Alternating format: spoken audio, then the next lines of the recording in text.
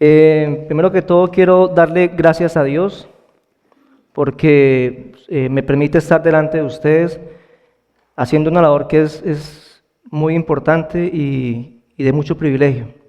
Gracias a los pastores que tienen confianza y sienten de parte del Señor que Él puede hablar por medio de mí. Quisiera que por un momento cierren sus ojos. Vamos a hacer una oración pequeña. Vamos a poner esa palabra en manos de Dios para que pueda hacer fruto en nuestro corazón. Amado Padre Celestial, en esta tarde, en esta noche, Dios, te quiero agradecer porque tú pones, Señor, en mi corazón la palabra que debe ser transmitida para tu pueblo, Dios. Quizás no soy digno de llevarla, Dios, pero a ti te ha placido que sean mis labios, Señor, las que evoquen, Señor, palabras que puedan restaurar, que puedan, Señor, traer vida a nuestros corazones, Dios. Te quiero dar muchas gracias, Padre. Permite que estas palabras puedan hacer fruto en nuestro corazón y que traigan la transformación de vida a cada persona, Dios. Te doy muchas gracias, Señor. Amén y amén. A lo largo de la historia bíblica podemos notar un patrón de comportamiento seguido por el pueblo de Israel. Ellos actúan en desobediencia, haciendo todo lo contrario a lo que Dios les había mandado hacer. En medio de esa desobediencia, Dios tenía misericordia y los llamaba a volver su mirada a Él. Ellos pues tenían dos opciones: o respondían con desobediencia o respondían en obediencia. La mayoría de las veces el corazón del pueblo de Israel estaba inclinado a la desobediencia, a pesar de que Dios en su infinita misericordia enviaba hombres, profetas, sacerdotes, hombres de Dios que le recordaban la importancia de volver a la ley, la importancia de volver a las sendas antiguas, y les mostraban las consecuencias que traían la desobediencia. Ellos preferían seguir deshonrando a Dios. Era increíble ver cómo el pueblo de Israel siempre actuó en desobediencia delante del Señor. Aunque fueron muy pocas las veces que el pueblo de Israel siguió la voz del Señor y volvió su mirada a Él, se podría decir que fueron muy contadas las veces en las que lo hicieron. Realmente fueron más las veces en las que ellos decidieron actuar en desobediencia que volver su mirada al Señor. Era más fácil para ellos seguir las demás costumbres antes que a Dios. Les era más fácil tomar para sí los dioses ajenos que honrar a Dios. No se dan cuenta de la profundidad que tenía la ley perfecta de Dios. Esas pocas veces que el Señor habló por medio de los profetas, bueno, una de las tantas veces que Él habló por medio de los profetas y que ellos aceptaron, llevaba al pueblo nuevamente a la restauración y a la renovación delante del Señor. Uno de los reyes más influyentes, lo encontramos en la Biblia, se llama Josías. Josías fue un rey que, a pesar de su corta edad, fue usado por el Señor como instrumento para llevar a la renovación a un pueblo que estaba en decadencia. Si me acompañan a segundo libro de Reyes, capítulo 2, 22, versículo 1 y 2, dice lo siguiente: Josías comenzó a reinar a los 8 años. Josías comenzó a reinar a los 8 años. Cuando comenzó a reinar a Israel, lo reinó por 30 años. El nombre de su mamá era Jedida, hija de Adías. Josías hizo lo que le agradaba al Señor y siguió todo el camino de su antepasado David, sin desviarse a la derecha ni a la izquierda.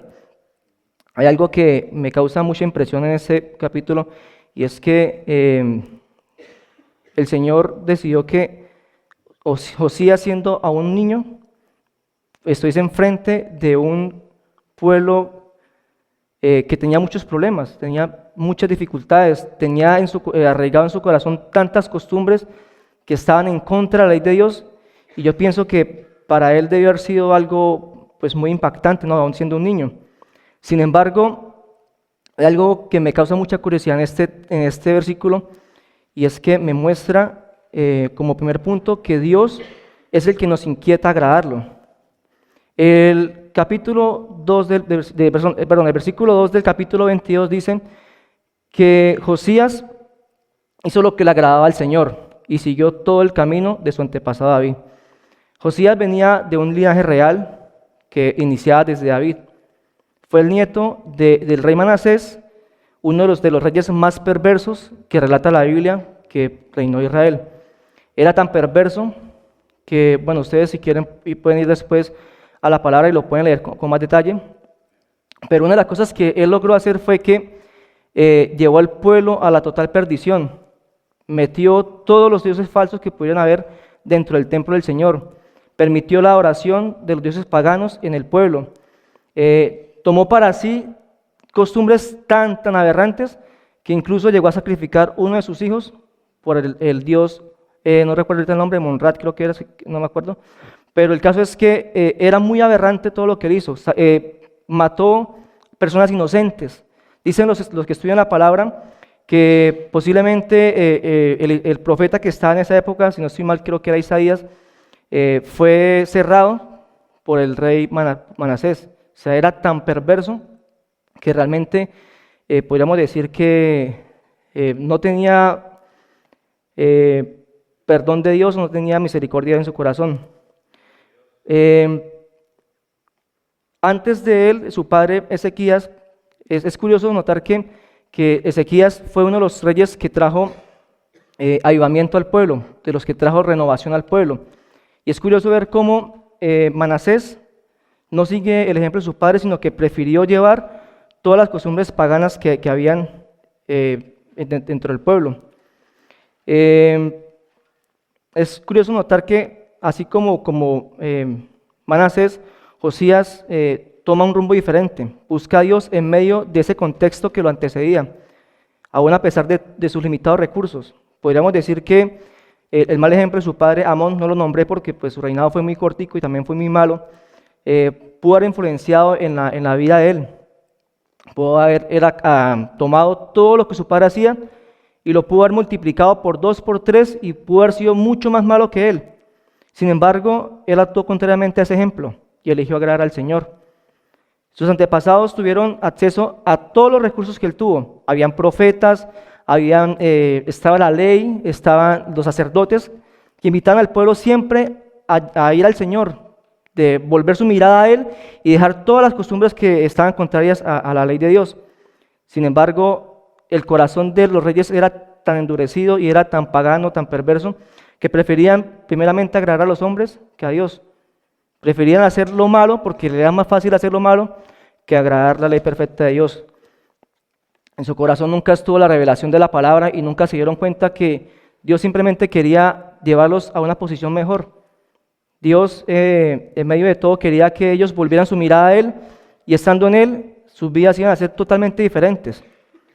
Ellos desobedecían, tomaban mujeres fuera de su cultura, pues una de las leyes que Dios les puso fue que no tomaran costumbres ni mujeres del pueblo donde iban a llegar. Sin embargo, ellos hacían lo que no debían hacer. Uno de esos reyes fue Salomón. Salomón dice la palabra que tuvo muchas mujeres, tuvo más de 1000 mujeres, y dice la palabra que de cada una de ellas tomó una costumbre diferente, tomó dioses falsos de cada una de ellas, y ese fue el que propició de ahí para allá toda la decadencia del pueblo de Israel. Después de eso el pueblo se divide en gobierno del norte y gobierno del sur, y de ahí para allá hace un desastre todos los reyes que vinieron. Otro rey que también hizo lo malo ante Dios fue Acab. Acab dice la palabra que se casó con Jezabel y trajo la oración a Baal, uno de los dioses también paganos. Y además de eso también fue un rey corrupto, injusto. Manasés pues conservaba también las prácticas paganas e hizo lo contrario a la voz de Dios. Josías, cuando empieza a gobernar, era un niño, era totalmente influenciable, ¿cierto? O sea, un niño le dice, vaya por acá, y él se va con los ojos cerrados a donde vayan. Dicen también los que estudian la palabra que hubieron otros reyes, no recuerdo ahorita el nombre del rey, que fue asesorado por los profetas, pero prefirió hacer el consejo de sus amigos. Prefirió hacer lo que sus amigos le decían y el pueblo volvió otra vez a caer en decadencia. Sin embargo, Josías, aún llevando perfectamente el mismo patrón que les comentaba al principio, de desobediencia, llamado y desobediencia, él prefirió hacer algo diferente. Quizás, dice la palabra, y los que estudian la palabra más a fondo dicen que en esa época estaba Jeremías y Sofonías. Posiblemente ellos influyeron en todas las enseñanzas que pudo recibir Josías. Y de pronto, de esas pocas personas que se conservaban obedientes, él elige tomar ese ejemplo y elige agradar al Señor. Ahí podemos ver cómo Dios manifiesta su misericordia. Josías perfectamente pudo haber seguido el mismo patrón, el mismo orden. Sin embargo, Dios en su infinita misericordia permite que Josías haga todo lo contrario.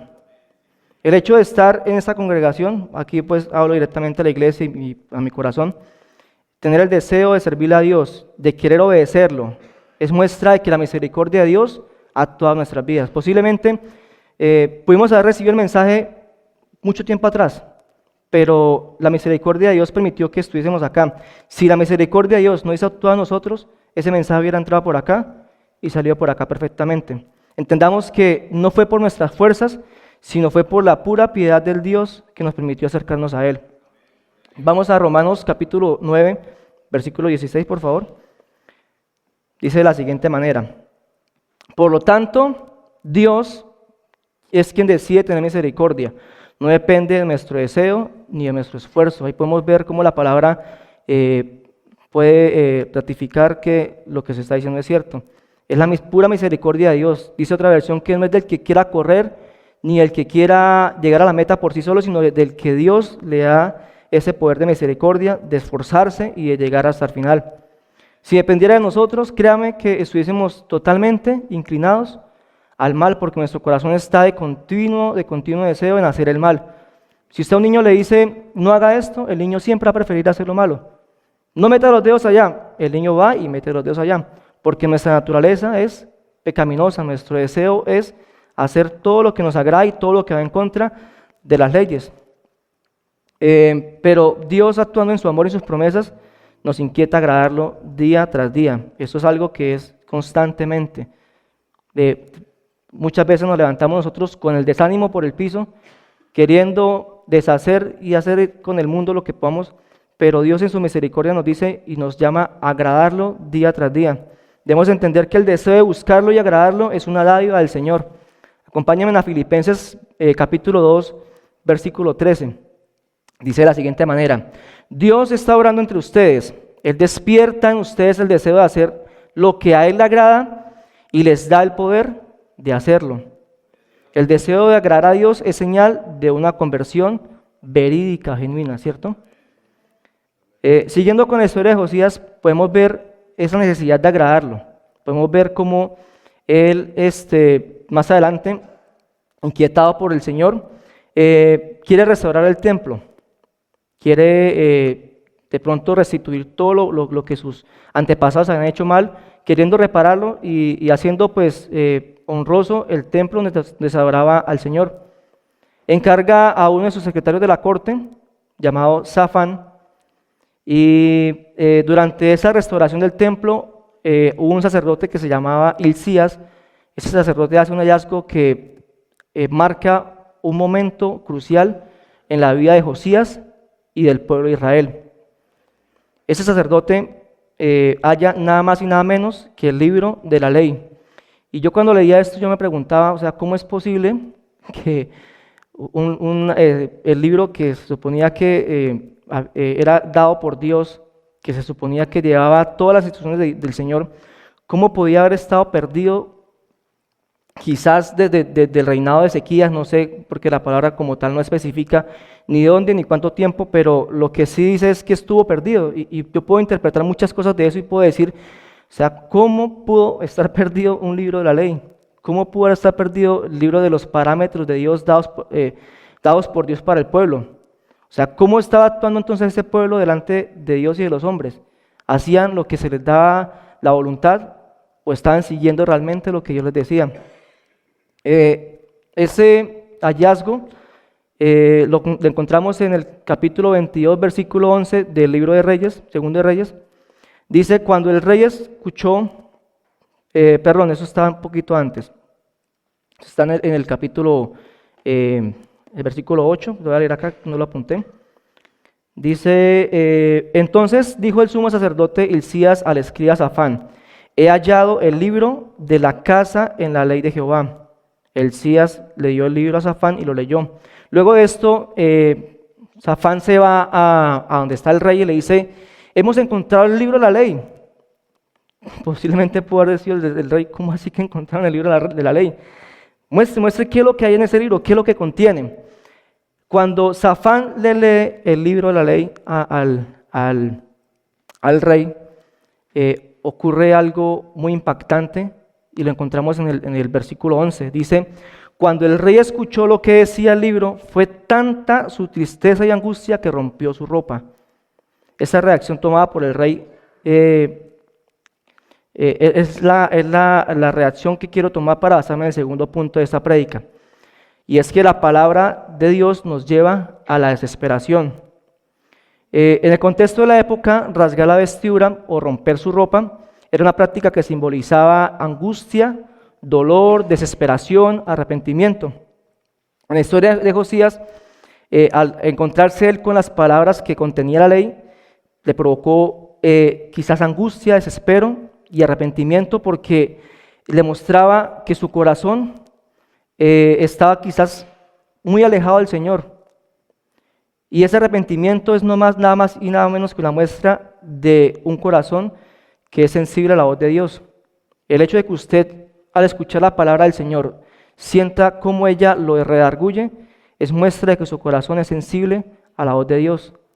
Eso no es algo que quizás no todos tengan acceso, pero el Señor en su misericordia hace que nuestro corazón sea sensible a la voz de Él y permita que podamos entender y ver la magnitud que tiene esa palabra.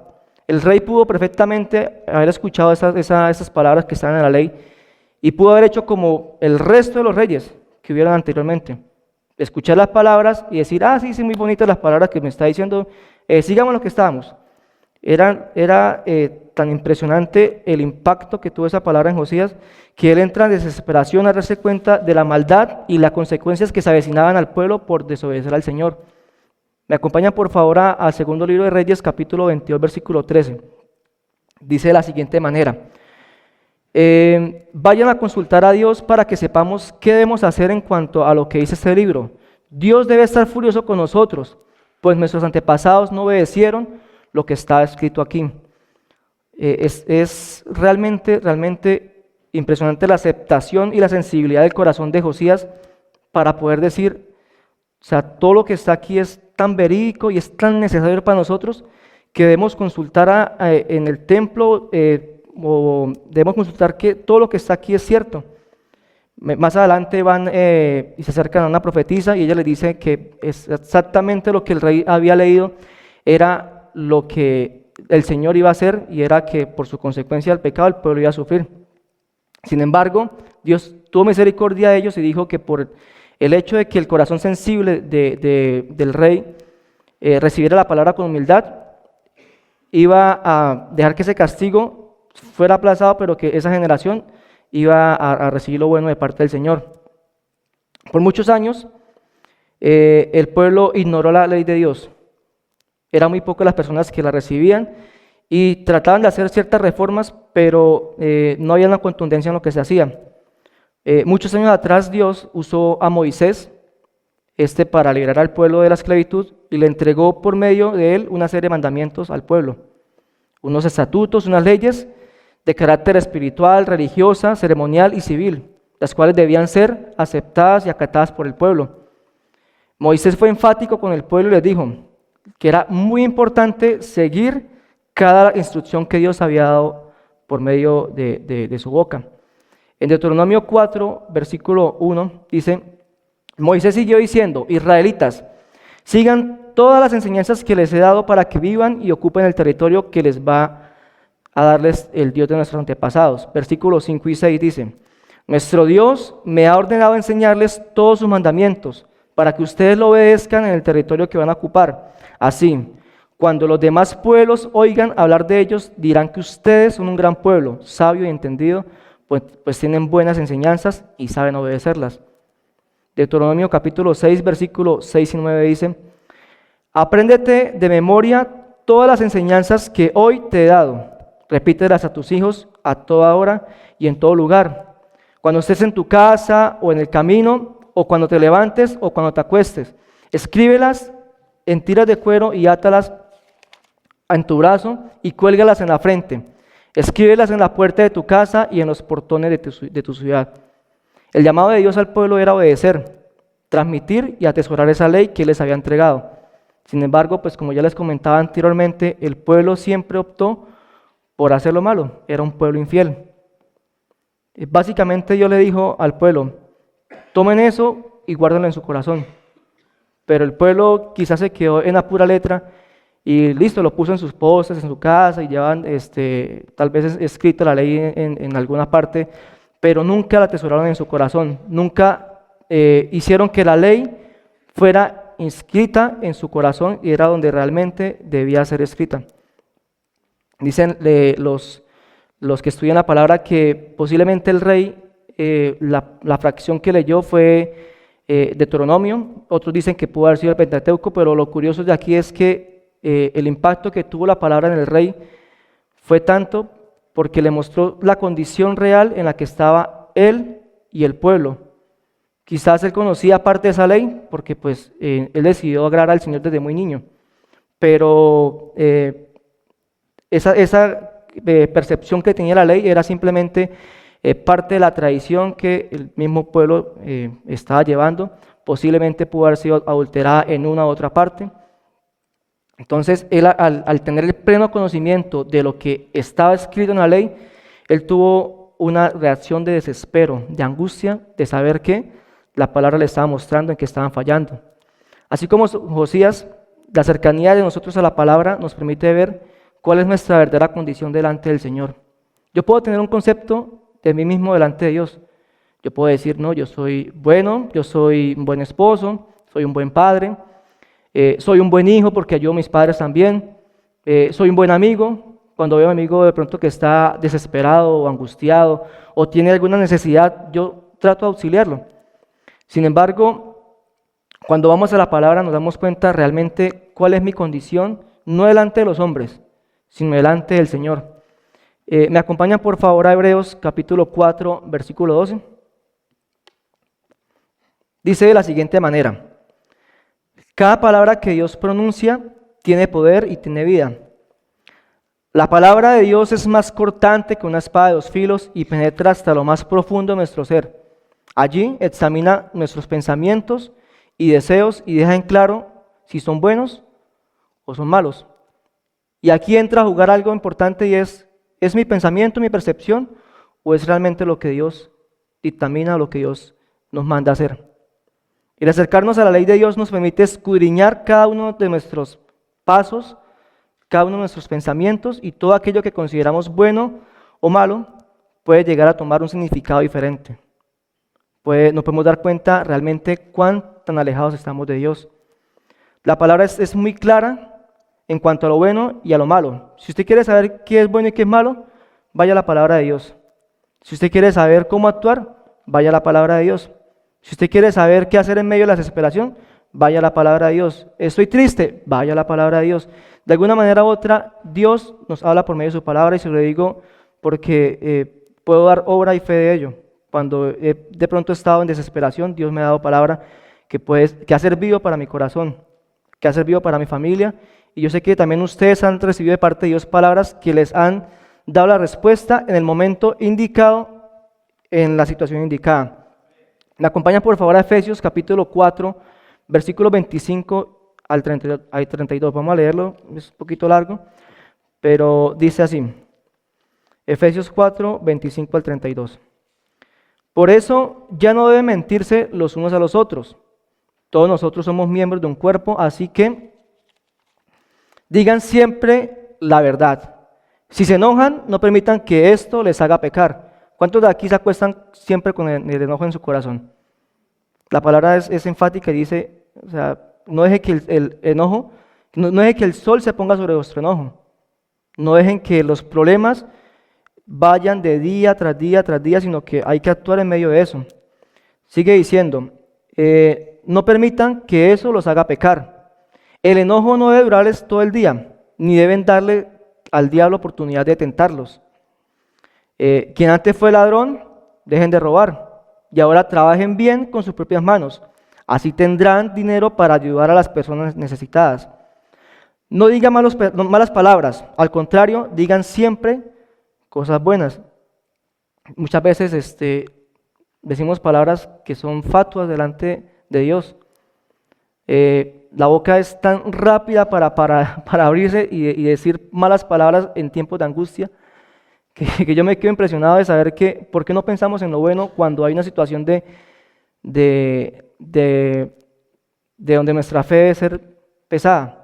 Siempre optamos por las palabras que nos llevan a la negatividad, a ofender al otro, palabras que nos llevan a la desesperación, a ofender a Dios y a desconfiar y a no tener fe delante del Señor. Sigue diciendo, al contrario, digan siempre cosas buenas y ayuden a los demás a crecer espiritualmente, pues eso es muy necesario. No hagan que se ponga triste el Espíritu Santo de Dios, que es como un sello de identidad que Dios puso en ustedes para reconocerlos. Cuando llegue el día en que para siempre serán libertados del pecado, dejen de estar tristes y enojados. No griten ni insulten a los demás. ¿Cuántos de los que están aquí tienen por costumbre gritar cuando están enojados? Yo soy el primero. ¿Cuántos de los que estamos aquí cuando estamos tristes, nos dejamos ya por la tristeza? Muchos, ¿cierto? Dejen de hacer el mal, por el contrario, sean buenos y compasivos los unos con los otros y perdónense, así como Dios los perdonó a ustedes por medio de Cristo. Ahí el apóstol Pablo da una serie de parámetros que deberíamos seguir nosotros los creyentes. En la Biblia hay muchos otros pasajes que nos hablan acerca de cómo debemos actuar. Lo importante aquí es entender que la palabra nos invita siempre a evaluarnos, porque ella fue puesta ante nosotros como una guía. Dice Pablo que ella es como el ayo de nuestra fe. Ella es la lámpara que nos permite ver con claridad el rumbo de nuestras vidas. Si ustedes van por un camino en la oscuridad, sin ningún tipo de luz, están expuestos a cualquier tipo de peligro, ¿cierto? Podemos ir, digamos, por un bosque y tenemos la vista absolutamente nublada porque no hay luz, no podemos ver nada. Si usted camina por ese sendero, usted se va a encontrar con piedras que lo van a hacer tropezar, se va a encontrar con riesgos animales peligrosos, se va a encontrar, digamos, si estamos en Colombia, con la guerrilla que está por ahí en el monte o con grupos subversivos que le pueden atentar a su vida. O sea, en resumen, pueden haber muchísimas cosas en ese camino. Si usted camina por ahí, usted se arriesga a tropezar, a caer o a ser destruido, ¿cierto? Por eso la palabra dice en el Salmo capítulo 119, versículo 105, tu palabra es una lámpara que alumbra nuestro camino. Ella es la que se encarga de mostrarnos todo lo que podemos encontrar en medio del sendero. Que voy caminando y me encontré con el enojo. Ay, ese es el enojo que me está haciendo tropezar. Que voy adelante y de pronto se me apagó la luz. Voy a la palabra y alumbro. Ay, aquí está la ira que me estaba amargando durante muchos años. Aquí está el enojo que me llevó a pecar contra mi hermano. Aquí está, no sé, yo le puedo dar tantos ejemplos, pero cada quien en su corazón debe escudriñar y saber cada cosa que pueda haber. Cualquier pecado, fornicación, adulterio, idolatría. Cuando ponemos a muchas cosas por delante de Dios, ignorando que pues Dios es el centro de todo. Y uno dice, pero ¿qué puede haber de malo en eso? Preferimos muchas veces hacer cosas que desagradan a Dios por agradar a los demás, y eso es idolatría. La palabra es la que se encarga de mostrar todos los obstáculos que tenemos en el camino. El desespero provocado por la palabra es la que nos permite transformar nuestros pensamientos y acciones. Si vamos a la palabra y ella no nos lleva a la desesperación, déjeme decirle que debemos volver a la palabra y leerlo. Si yo veo un texto y ese texto no me muestra cómo cambiar mi vida, debo volver al texto, cerrar mis ojos y decirle, Señor, ayúdame. Necesito que me hables, necesito cambiar mi vida. Aquí no se trata de decir, Señor, háblame, no me dejes continuar. Y el Señor le dice, vaya a la palabra, que en la palabra está todo lo que tiene que saber usted. ¿Cierto? Preferimos cantar y entonar canciones bonitas, pero realmente no vamos a la fuente de inspiración Quizás ese cántico que ese hombre, pues Dios le puso en su corazón, fue guiado por la palabra. Pero ¿por qué no vamos directamente a la fuente de la palabra y encontramos la esencia de ella para que eso nos provoque una transformación en nuestros pensamientos y acciones? El rey, después de que oye esas palabras, siente la necesidad de restauración, renovación y transformación en su vida y en la vida del pueblo.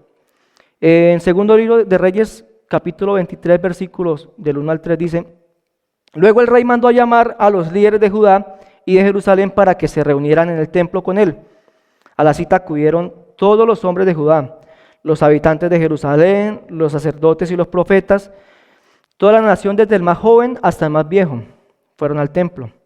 Allí el rey les leyó todo lo que decía el libro del pacto que había encontrado. Después se puso de pie junto a una columna y se comprometió a obedecer siempre todos los mandamientos de Dios y a cumplir fielmente el pacto que estaba escrito en el libro. Y el pueblo se comprometió a hacer lo mismo. Es interesante ver cómo la Biblia pues muestra esto, y es porque el rey tiene compasión también del pueblo. Ezequías, que fue un rey que también hizo lo correcto delante de Dios, hubo una ocasión donde el profeta le dijo: mira que el pueblo va a sufrir a causa de la desobediencia, y le dice una serie de cosas que le van a pasar al pueblo, y le dice: pero no va a pasar ahorita que está usted. Y él como que, bueno, no me va a pasar a mí. Excelente. Se despreocupó, pero vemos en la historia de Josías que él toma una actitud diferente. No solamente toma la ley como algo importante para sí, sino como algo importante para el pueblo. En Proverbios 22, no recuerdo ahorita el versículo, dice que cuando el rey desobedece a Dios, el pueblo sufre. Él entendía que si él, que era la cabeza del pueblo, no estaba a la vanguardia o obedeciendo al Señor, el pueblo inmediatamente iba a sufrir. Lo podemos decir los que somos padres, que si yo como cabeza de mi hogar no tomo un rumbo siguiendo los principios del Señor, mi hogar se puede destruir. Si yo como cabeza de hogar, y aquí pues le hablo a los padres y le hablo a los futuros esposos, le hablo a los solteros que van a encontrar también más adelante sus esposas, si yo como cabeza del hogar no tomo mi lugar de seguir al Señor, créame que mi hogar se va a destruir, la tentación va a llegar y yo lo que voy a hacer es ir detrás de la tentación. Se van a presentar los problemas y ¿qué voy a hacer yo? Me voy a angustiar, me voy a desesperar. Entonces, como sacerdotes de nuestra casa, y también pues aplica a las mujeres, porque no son exentas, dice la palabra, que la mujer sabia edifica su casa y la necia la destruye con sus manos. Entonces es importante que entendamos que no solamente de los hombres, sino que todos estamos comprometidos a guardar la ley del Señor.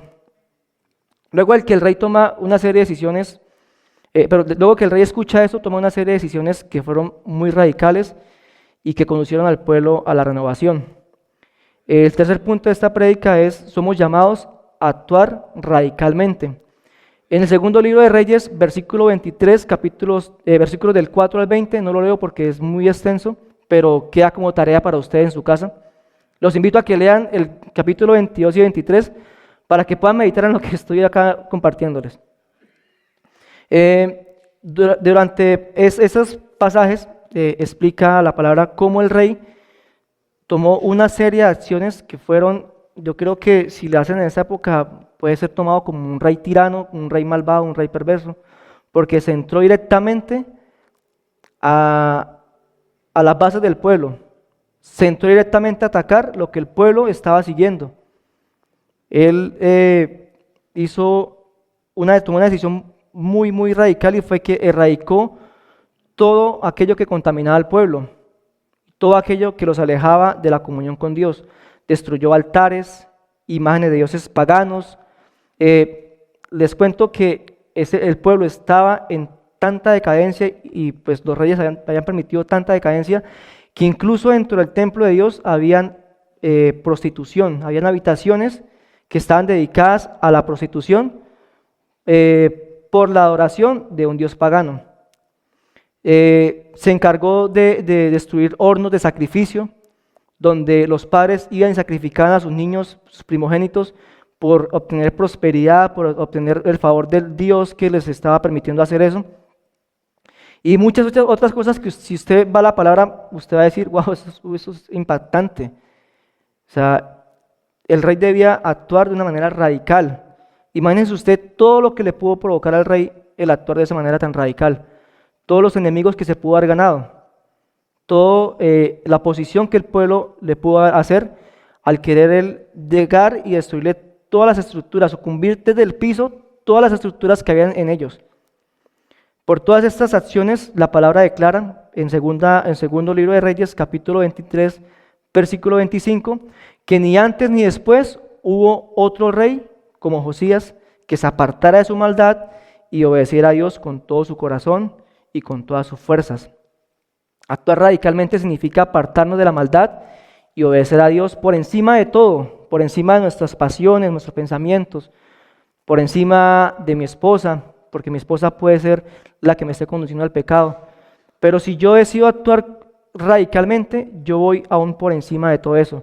Los creyentes somos llamados a limpiar nuestro cuerpo y nuestro espíritu, porque hemos sido llamados a la santidad. En segunda carta de Corintios, capítulo 7, versículo 1 dice, queridos hermanos, Dios nos hizo esa promesa. Por eso, para que Dios nos acepte, no debemos hacer mal, sino mantenernos libres del pecado. Honremos a Dios y tratemos de ser santos como Él. Los creyentes estamos en una constante santificación, pero para lograr esa santificación debemos ser radicales en todo nuestro actuar. Debemos actuar de manera contundente en todas nuestras decisiones. Debemos entender que aquel que empieza la obra es fiel y justo para terminarla. Si Dios nos llamó para estar en su presencia, para estar aquí con Él, Él nos va a dar la capacidad de poder superar todos esos obstáculos que se nos presentan en el camino, todos esos errores que vienen a atacarnos y a querernos apartar de la palabra. Dice en Eclesiastés que hay pequeñas zorrillas que vienen y quieren dañar los cultivos. Hay pequeñas cosas que están en nuestro corazón que muchas veces quieren salir a flote. Obviamente por nuestra condición pecaminosa y por nuestro estado de pecado, siempre vamos a querer estar motivados a hacer eso.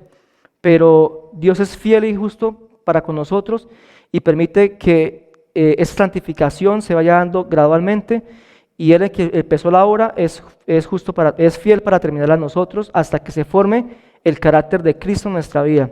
Ese debe ser nuestra meta, y es que nuestra vida sea conforme a la vida de Cristo.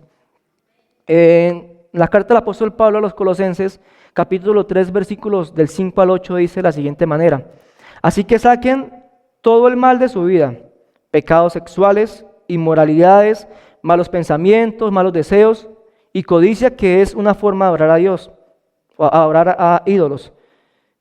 Muchas veces me detengo acá, la codicia nos hace querer tener más de lo que podemos tener, nos hace ir por encima de ciertas cosas para poder alcanzar lo que quizás no podemos alcanzar.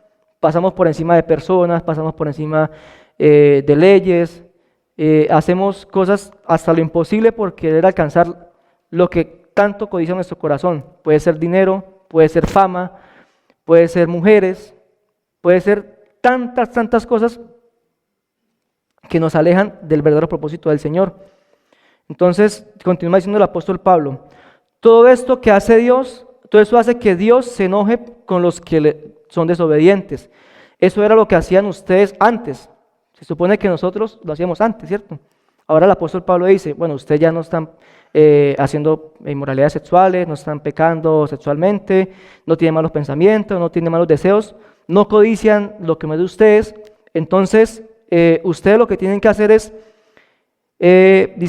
continúa diciendo, eso es lo que hacían antes, cuando llevaban una vida, dice, ahora quiten de ustedes, de su vida, todo esto, el enojo, la ira, la maldad, los insultos y las malas palabras. La invitación de la palabra es clara. Nos está llamando a quitar todo lo que hay en nuestra vida de manera radical, cueste lo que nos cueste. Perdamos la posición que tengamos que perder, pasando aún por encima de nuestros deseos, de nuestra satisfacción. Es a veces inaudito que prefiramos hacer lo que nos corrompe a hacer lo que Dios nos manda a hacer. De pronto hay algo no sé, es curioso, y es que en la oración muchas veces buscamos obstáculos, buscamos peros, buscamos por qué, y no vamos a doblar rodillas para rogar al Señor por misericordia, para rogarle a Dios por salvación, para rogarle a Dios por nuestros amigos, nuestra familia, y preferimos omitir eso. También existe un pecado y es el pecado de la omisión. Cuando usted omite hacer lo bueno, aún sabiendo que es bueno hacerlo. Cuando usted sabe que lo que le edifica, debería hacerlo, pero usted no lo hace.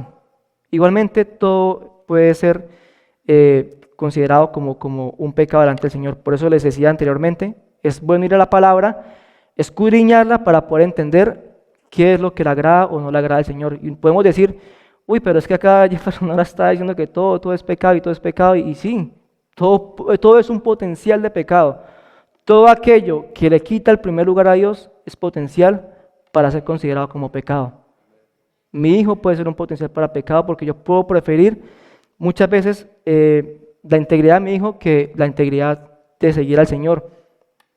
O sea, pueden haber tantas cosas que la verdad la palabra es tan clara y que Dios tenga misericordia de nosotros, nos permita ir a la palabra para poder entender realmente cómo estamos actuando y cuál es la condición delante del Señor. En la primera carta del apóstol Pedro, capítulo 2, versículo 1 dice, entonces no hagan ningún mal, no digan mentiras, no sean hipócritas, no sean envidiosos, ni se maldigan los unos a otros. La pregunta es, ¿estamos actuando de esa manera? ¿Estamos siendo mentirosos? ¿Estamos siendo hipócritas, envidiosos? ¿Estamos maldiciendo? ¿Estamos profanando con nuestras palabras? ¿Estamos siendo fatuos al momento de hablar? ¿O estamos haciendo todo lo contrario y estamos agradando a Dios? Depurar nuestro corazón de todo lo que nos contamina requiere un esfuerzo, requiere obrar radicalmente. No es una tarea fácil, se lo digo por experiencia propia, no es una tarea fácil quitar lo que nos agrada en el corazón, pero en el Señor somos más que vencedores y Él nos dio el poder de vencer el pecado y de resistir a todo lo malo que se nos avecina. Entonces, el título de este mensaje es Desesperadamente Renovados, y lo dejé para lo último para poder concluirles que la palabra del Señor nos tiene que llevar a un punto de desesperación, a un punto de angustia, a un punto de dolor, para poder decir, este corazón está totalmente alejado del Señor. Y eso es una tarea que tiene que ir día tras día, tras día, hasta la venida del Señor. Es una labor que tenemos nosotros, que gracias a la misericordia del Señor nos permite tener acceso a eso. Que gracias al Señor nuestros ojos fueron abiertos y podemos comprender y podemos entender que realmente necesitamos del Señor, necesitamos una renovación. Así como Josías, cuando recibe la palabra, debemos también nosotros tener la misma acción. Recibir la palabra y dejar que ella escudriñe hasta lo más profundo, que rompa lo que tenga que romper, que entre en nuestro corazón, lo perfore hasta lo más profundo y nos diga, mire, eso es lo que está en su corazón. Que usted diga, ay, que tengo, no sé, desespero por cierta cosa, por cierta situación, no sé cómo actuar en ese momento, y es que tengo una hermanita en la iglesia que me tiene que llegue la palabra y haga eso en su corazón, que lo pueda abrir y sacar la mínima esquirla, y usted pueda decir, esto era lo que me estaba causando el enojo contra mi hermano, esto era lo que me estaba causando el querer llevar una vida diferente al propósito del Señor. La semana pasada Joaquín hablaba acerca de cómo las relaciones pueden también influenciar en nuestro comportamiento, ¿cierto? Entonces, es también evaluar todo eso. El pastor la otra vez hablaba acerca de quitar todo lo que nos cargamos como maletas que nos puede llevar a llevar un camino difícil delante del Señor. Y esa es la labor de nosotros, ir a la palabra y actuar radicalmente hasta ser renovados. Que la desesperación de la palabra nos lleve a una transformación real, a una transformación verdadera, que no solamente sea el llegar a la palabra, leerla y decir, wow, qué bonita es la palabra. Sentirme triste y decir, wow, la palabra del Señor es tan bonita que me dijo que yo era un fornicador y me quedé ahí en que fui un fornicador, pero realmente estoy actuando radicalmente y estoy dejando a un lado todo eso. Que la palabra del Señor me dice es que usted es un enojón, lo estoy dejando a un lado, o simplemente sentí golpecitos en el pecho y, ay, me sentí mal y rezamos por mi culpa, por mi culpa, por mi gran culpa y ya, empatamos lo que estamos haciendo. No, realmente aquí lo importante es actuar radicalmente, porque somos desesperadamente renovados en la palabra del Señor. Amén. Yo le invito a que por un momento cierre sus ojos. Vamos a rogar al Padre para que sea su misericordia la que siga obrando en nuestro caminar y sea la que nos permita acercarnos a Él. Padre bueno y eterno, tú sabes, Dios, la necesidad que tiene nuestro corazón de ser renovado, Dios. Nuestra vida, quizás, Señor, está siendo engañada por nuestros pensamientos, creyendo que somos justos delante de ti, Dios. Pero permite que tu palabra sea la que nos dicte, Señor, el parámetro que debemos seguir, Padre Celestial. Permite que tu palabra escudriñe nuestro corazón, Dios, y nos permita ver cuán alejados estamos de ti, Dios. Al saber cuán alejados de ti, Dios, podremos comprender, Señor, y podemos sentir el desespero, Dios, de saber que estamos muy lejos de ti, Dios. Te quiero rogar, mi Señor, que tenga misericordia en nuestra alma, en nuestro corazón, Dios, y nos permitas actuar, Señor, de manera inaudita, Señor, de manera radical en nuestro corazón, Dios. Perfecciona la obra, Señor, que iniciaste en nosotros, Padre Celestial. Yo sé que tú eres fiel y justo a tus promesas, Dios. Y te quiero pedir, Señor, que sigas obrando en nuestra vida y nos sigas transformando hasta que en nosotros esté reflejado el carácter de Cristo, Dios. En el nombre de Jesús, Dios, te doy muchas gracias, Padre. Amén y amén. Espero que Dios haya hablado a tu corazón a través de este mensaje. Si estás en Sydney, te invitamos a que te acerques para que seas parte de nuestra comunidad. Queremos conocerte, queremos poder compartir un tiempo juntos. Si estás fuera de Sydney, te aliento a que busques una iglesia cerca de donde estés, para que realmente puedas descubrir el plan y propósito que Dios tiene preparado para vos. Te esperamos el sábado que viene para poder escuchar lo que Dios tiene preparado para tu vida.